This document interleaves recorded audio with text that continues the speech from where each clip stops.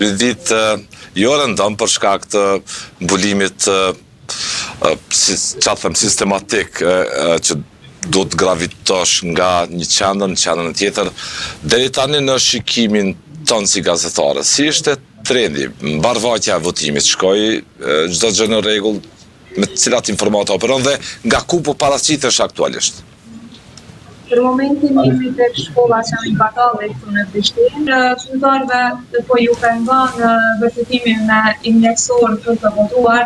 Kemi pasur disa raste që na janë shprehur duke thënë se unë kam votuar më parë edhe me asistent, me fëmijët e tyre, kurse tani po ju mohuat e drejta votës. Gjë që i ka përgatitur shumë qytetarët sot në këtë ditë zgjedhore. Ju ndodhen në shkollën Qamil Batalli, në shkollën model, siç është quajtur me mësimin gjithditor, njëra prej shkollave në Prishtinë që ka nisur e para realisht. Po. Shihet votimet kanë votuar deri tani 34% të qytetarëve, krahasuar me numrin e zgjedhjeve të kaluara të 12 dhjetorit, është pak numër më i vogël këtu në këtë qendër. Më i vogël tani. Po. Po tani shihet trend. Po shihet trend që ende po shfrytëzojnë njerëzit të drejtën e votës në këtë qendër votimi?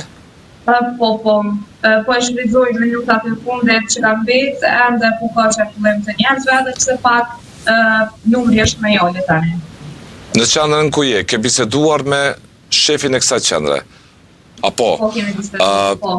Çfarë raportoi ai nga mëngjesi deri tash në këtë qendër? Çfarë ju tha?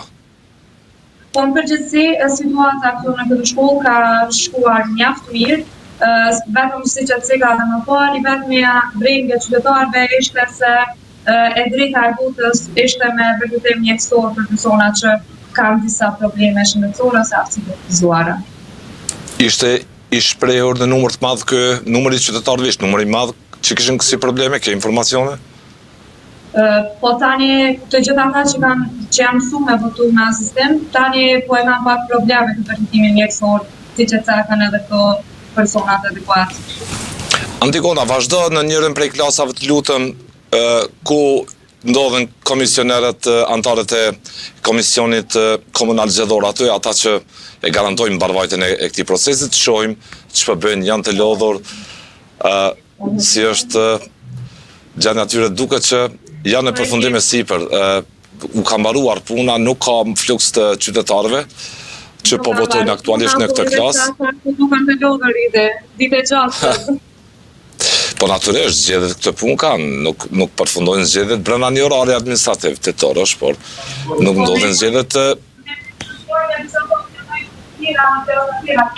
po. Vijot lutem po, të shohim pak a shumë një tablon, një panoram të po është një klasë tjetër, duket që që kanë përshëndetur gjithë antarët e Komisionit Komunal Zgjedhor, ata që e garantojnë mbarvajtjen e një procesi të rregullt. Aty nuk duket të jenë të pranishëm, nuk ka votues.